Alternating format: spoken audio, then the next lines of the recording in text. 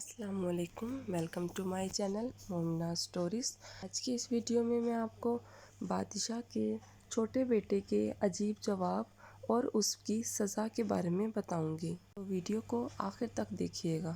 دوستو، بہت پہلے کی بات ہے کہ ایک بادشاہ تھا اور اس کے 3 بیٹے تھے۔ ایک دن اس نے اپنے تینوں بیٹوں کو بلوایا اور ان سے پوچھا کہ انہیں بادشاہ سے کتنی محبت ہے۔ بڑے بیٹے نے جواب دیا کہ وہ سونے، ہیرے، جواہرات، حتیٰ کہ دنیا کے تمام قیمتی سامان سے زیادہ بادشاہ سے محبت کرتا ہے۔ دوسرے بیٹے نے کہا، اسے خوش ذائقہ میٹھے پھلوں اور میٹھی روٹی سے جتنی محبت ہے، اس سے زیادہ وہ بادشاہ سے محبت کرتا ہے۔ جب سب سے چھوٹے بیٹے کی باری آئی تو اس نے کہا، ابا حضور، السلام آپ مجھے علیکم، اتنے ویلکم ٹو پیارے مائی ہیں چینل جتنا مومنہ نمک۔ سٹوریز۔ اس غیر تو دوستو، متوقع جواب آج پہ کی اس بادشاہ ویڈیو میں بہت آپ غصہ کو ہوا۔ پھر بادشاہ اس کے نے سب سے سپاہیوں کو چھوٹے حکم بیٹے دیا کہ کے وہ عجیب اس جواب کے شہزادے بارے کو میں دور بتاؤں گی، پہاڑوں کی اور وادیوں میں ساتھ ہی لے ساتھ جائیں اس اور پر اس کے اسے ساتھ وہاں جو قتل سلوک کر کیا دیں۔ گیا اس کے بارے میں بھی سپاہی اس بتاؤں گی، خوبصورت، تو ویڈیو معصوم کو اور آخر بھولے تک بھالے دیکھیے گا۔ شہزادے کو قتل نہیں کرنا چاہتے تھے، لیکن بادشاہ کی حکم عدولی بھی نہیں کر سکتے تھے۔ چنانچہ انہوں نے اپنے ہتھیار رکھے اور روانہ ہو گئے۔ آخر کئی پہاڑی سلسلے عبور کر کے وہ ایک خوبصورت وادی میں پہنچے تاکہ اسے قتل کر دیں، لیکن وہ ایسا کرنے پہ دلی طور پر راضی نہ تھے۔ انہوں نے شہزادے سے مخاطب ہو کر کہا، آپ سے ہم بے حد محبت کرتے ہیں اور ہم آپ کو کسی قیمت پر قتل نہیں کرنا چاہتے، لہٰذا آپ ہمیں اپنی قمیض اتار کے دے دیجیے۔ ہم کسی جنگلی جانور کو مار کر اس کا خون آپ کی قمیض پر لگا دیں گے اور وہ قمیض بادشاہ کو دکھا کر انہیں یقین دلائیں گے کہ ہم نے آپ کو قتل کر دیا، لیکن اس شرط پہ کہ آپ اس جگہ واپس کبھی نہیں لوٹ کر آئیں گے۔ یہ سن کر شہزادہ بہت خوش ہوا کہ وہ لوگ اسے قتل نہیں کریں گے، اور پھر شہزادے نے جلدی سے اپنی قمیض اتار کر ان کے حوالے کر دی اور وہ وہاں سے دور دراز علاقے کی طرف روانہ ہو گیا۔ نوجوان شہزادہ دشوار پہاڑیوں اور وادیوں سے گزر کر کئی دنوں بعد ایک دوسرے ملک کی سرحد میں داخل ہوا اور قریب کے گاؤں میں پہنچا۔ اس ملک کا بادشاہ شہزادے کے وہاں جانے سے چند دن پہلے ہی مر چکا تھا اور 3 دن کے اندر وہاں کی رعایا کو اپنا بادشاہ منتخب کرنا تھا۔ آخر شہزادہ گھومتا ہوا گاؤں کے ایک چھوٹے سے گھر کے سامنے پہنچا اور وہاں کا دروازہ کھٹکھٹایا۔ اس گھر میں ایک بڑھیا رہتی تھی۔ شہزادے نے اسے بتایا کہ وہ بہت دور سے آیا ہے اور اس کے ماں باپ بھی انتقال کر چکے ہیں، اب دنیا میں اس کا کوئی ٹھکانہ نہیں۔ اگر وہ اسے گھر میں رکھنے کی جگہ دے دے تو وہ عمر بھر اس کی خدمت کرے گا۔ بڑھیا کی کوئی اولاد نہ تھی۔ خوبصورت اور بھولے بھالے شہزادے سے مل کر بہت خوشی ہوئی اور اس نے اسے اپنا بیٹا بنا لیا۔ 3 دن کے بعد ملک کے تمام لوگ شہر کے باہر جمع ہوئے تاکہ وہ نئے بادشاہ کا انتخاب کر سکیں۔ چنانچہ بوڑھی عورت اور اس کا منہ بولا بیٹا بھی ان لوگوں میں شریک ہو گئے۔ اس ملک کے رواج کے مطابق ایک پرندے کو پنجرے سے آزاد کیا جاتا تھا، تو پرندہ اڑتے اڑتے جس شخص کے سر پر بیٹھ جاتا، سب لوگ اسے ملک کا بادشاہ تسلیم کر لیتے۔ آخر تھوڑی دیر میں پرندہ چھوڑ دیا گیا۔ پہلے وہ آسمان میں چکر لگاتا رہا، پھر چاروں طرف گھومنے لگا اور پھر پھرتا پھراتا شہزادے کے سر پر بیٹھ گیا، لیکن لوگوں نے اسے اپنا بادشاہ تسلیم کرنے سے انکار کر دیا اور سب نے مل کر بولا، یہ نوجوان یتیم مسکین ہے اور دور دراز علاقے سے آیا ہے، ہمیں اندیشہ ہے کہ کچھ دنوں بعد اپنے وطن واپس لوٹ جائے گا، اس لیے ہم ایسے شخص کو بادشاہ نہیں بنانا چاہیے۔ دوسرے دن لوگ پھر اسی مقام پر جمع ہوئے۔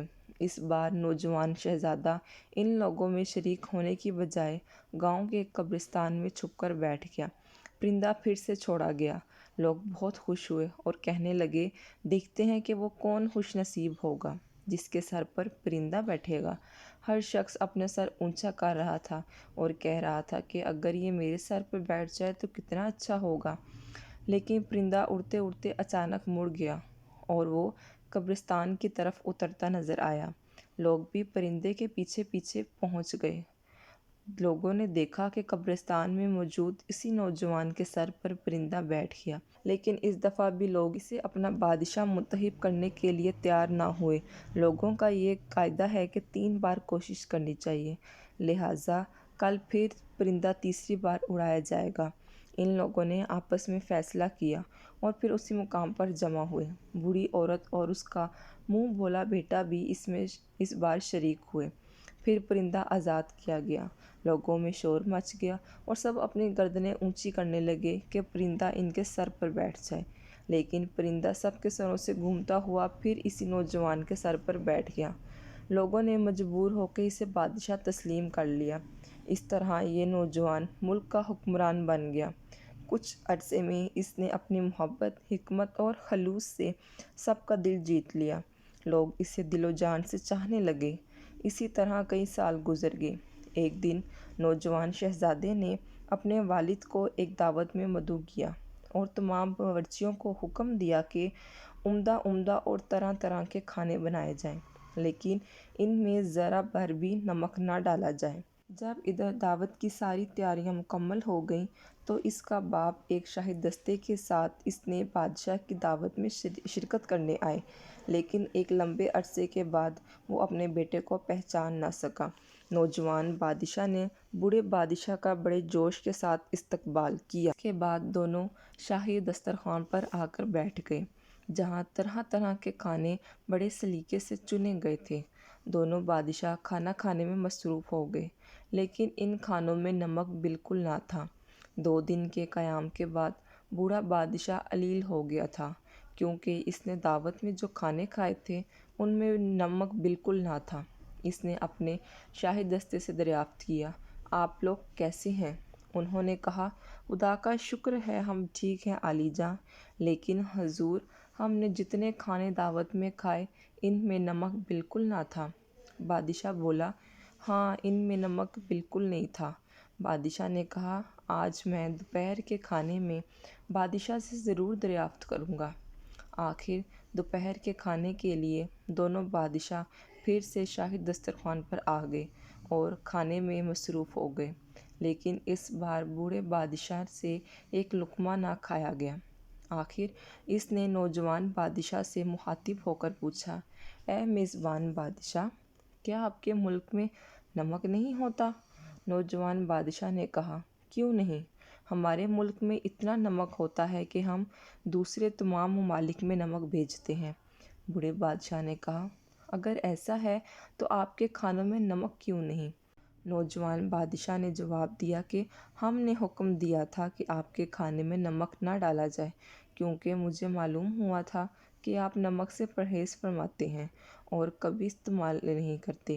لیکن آپ کو یہ کیسے معلوم ہوا؟ ہم تو نمک کے بغیر رہ ہی نہیں سکتے۔ ہم آپ کو یقین دلاتے ہیں کہ ہمیں نمک بہت پسند ہے۔ یہ سن کر شہزادے نے دل میں کہا، اب وقت ہے کہ میں ظاہر کر دوں کہ میں کون ہوں۔ نوجوان بادشاہ نے کہا، عالی جاں، جب آپ کے سب سے چھوٹے بیٹے نے آپ سے عرض کیا تھا کہ وہ آپ کو اتنا چاہتا ہے جتنا نمک کو، تو آپ نے غصے میں آ کے اپنے محافظوں کو حکم دیا تھا کہ اسے قتل کر دیا جائے، یاد ہے نا آپ کو؟ یہ سننا تھا کہ بوڑھا بادشاہ ندامت سے اٹھ کھڑا ہوا اور فوراً پہچان لیا۔ نوجوان بادشاہ اس کا سب سے چھوٹا بیٹا ہے اور اس نے انتہائی محبت سے اپنے بیٹے کو اپنے سینے سے لگا لیا اور بولا، میرے دل کے ٹکڑے، مجھے معاف کر دو، میں نے بہت بڑی غلطی کی ہے۔ تو دوستو، ویڈیو اچھی لگی ہو تو ویڈیو کو لائک اور چینل کو سبسکرائب کر دیں۔